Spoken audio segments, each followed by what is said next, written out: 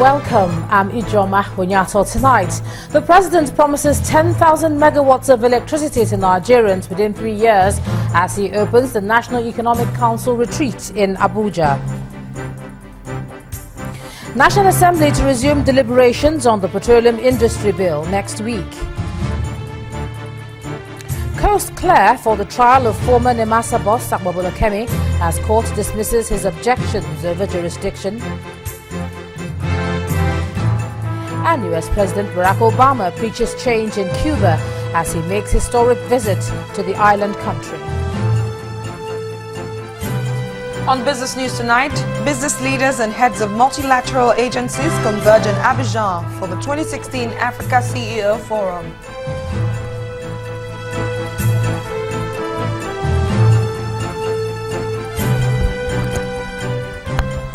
And in sports news, Coach Samson Siasa picks 6 home-based players for the doubleheader against Egypt as 14 foreign-based professionals arrive camp.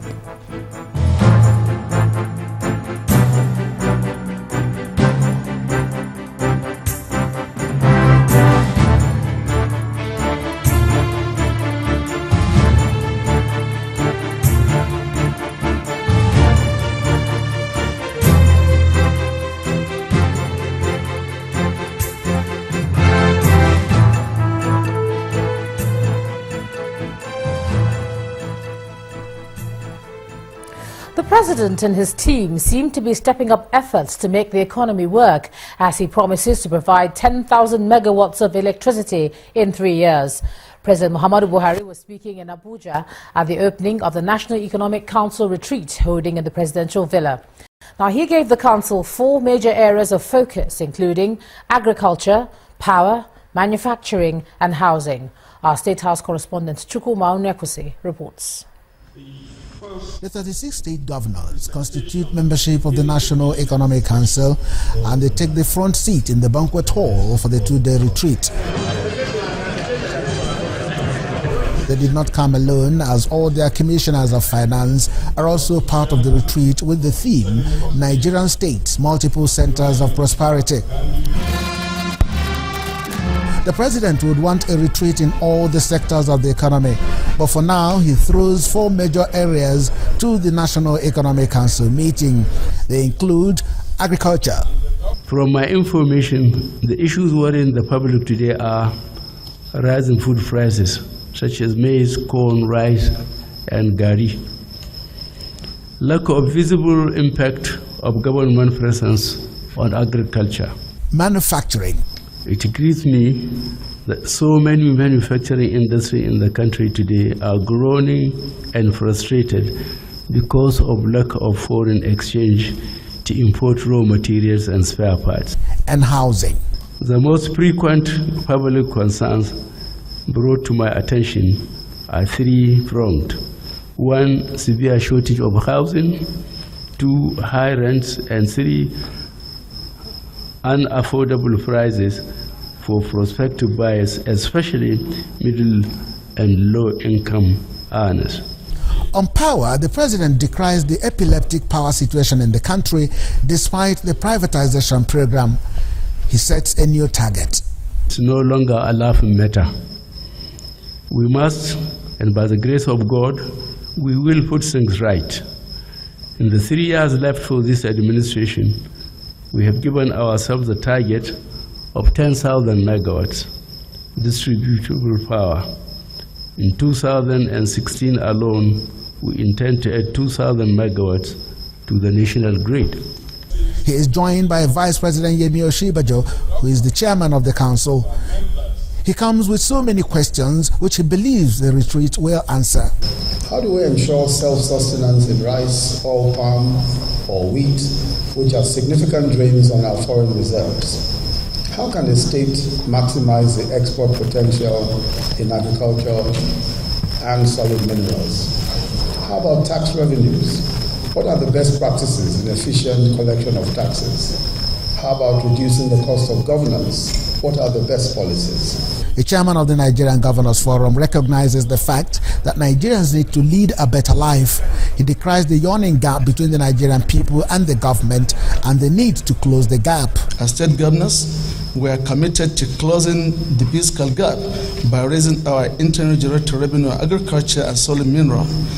It's not the first time Nigerians are experiencing retreat of this nature, but this one is said to be necessitated by the general slowdown in the economy. As they enter the closed-door session, Nigerians are, however, optimistic that they will come up with fruitful deliberations and, of course, implementation of decisions reached.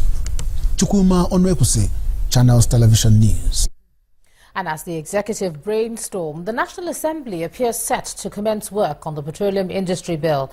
The Senate President, Dr. Bukola Saraki, gave this indication during the opening session of the National Assembly Business Environment Roundtable in Abuja. Senator Saraki said the National Assembly is determined to pass necessary legislation that will give private investors the confidence to invest in the Nigerian economy. Our correspondent, Lanre Lasisi, reports. With the price of crude oil still steeped in uncertainty, the need for Nigeria to explore new means of generating revenue has become critical. In a bid to address this, business executives, representatives of industries and members of the legislature gather for the maiden edition of the National Assembly Business Environment Roundtable. The chairman of the Nigerian Economic Summit Group begins by outlining how the legislature can help enhance the business environment in the country. Permit me to note that without the legislature giving priority to the business environment, the nation risks losing what little jobs are currently available. It was generally agreed that a lot needs to be done as regards the ease of doing business in Nigeria. Some of the participants also pointed out areas the discussions should focus on. I can also tell you that the enabling business environment is a real challenge everywhere on the continent. From long registration processes and obstacles, lack of access to finance, weak infrastructure, multiple and very complicated tax liabilities, to visa requirements, we have a million ways to extinguish businesses and partnerships before they even begin. As we deliberate, we need to look inwards to review the role of our regulators and the regulations they make. The decisions of regulators and how conflicts arising from them are dealt must occupy our minds. The legislature has a key role in ensuring that the right legal framework is in place, and here is my point, so that there is confidence for the private sector to make investment, both local and international. Speaking for the National Assembly, the President of the Senate said the two chambers are determined to work together on the resulting legislation. The message here across to the private sector is that the National Assembly, House of Rep and the Senate are working very closely together in this 8th National Assembly. And as such, you have a commitment that some of these processes will not be bogged down and not be passed because one chamber is doing something differently. And as part of this commitment, you all see next week when we lay down the Petroleum Industry Governance Bill, you will see that the bill we're going to lay in the House is the same bill we're going to lay in the Senate, because for the first time we're focusing and we're working together. The participants here all agree that the discussions here must lead to action that will drive the change that Nigeria so desperately needs. Lanre Lasese, Channels Television News. The German government has offered to assist Nigeria train its security agencies and exchange intelligence that will help in the fight against insurgency. Germany's Deputy Minister of Defense, Dr. Ralph Braskepe, while delivering a lecture at the National Defense College in Abuja, says the effect of globalization requires effective cooperation of all countries as terror remains a threat to humanity. In continuation of the lecture series of the National Defense College, the Deputy Minister of Defense of Germany addressed participants at the college. Delivering a lecture on German military cooperation with Africa, the Deputy Minister of Defense laments the increase in cases of piracy, poverty and organized crime in Africa. The effects of globalization require a broadening and widening of bilateral relations, as the causes and consequences of security policy developments are independently connected in a fast-developing world. Crisis developments in Africa, in Near and Middle East as well as in Europe are agenda setting. Besides the consequences of fragile states and regional conflicts, poverty, lack of sufficient food, missing development, migration issues, and organized crime, amongst others, have an impact. The Commandant of the National Defense College recollects the relationship between Germany and Nigeria, saying it has been mutually beneficial to both countries. It is worthy of note that the military relationship between Germany and Nigeria, and by extension Africa, dates back to the colonial era. At the end of the lecture, the German minister and the commandant explained the benefits of a military cooperation between both countries. Nigeria can explain and specify its needs, and there is a considerable sum of money that is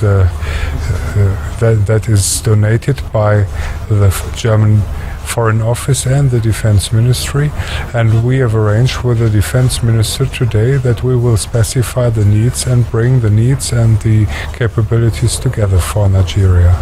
The relationship between Germany and Nigeria, of course, has been a very long one and cordial, and there have been benefits both ways.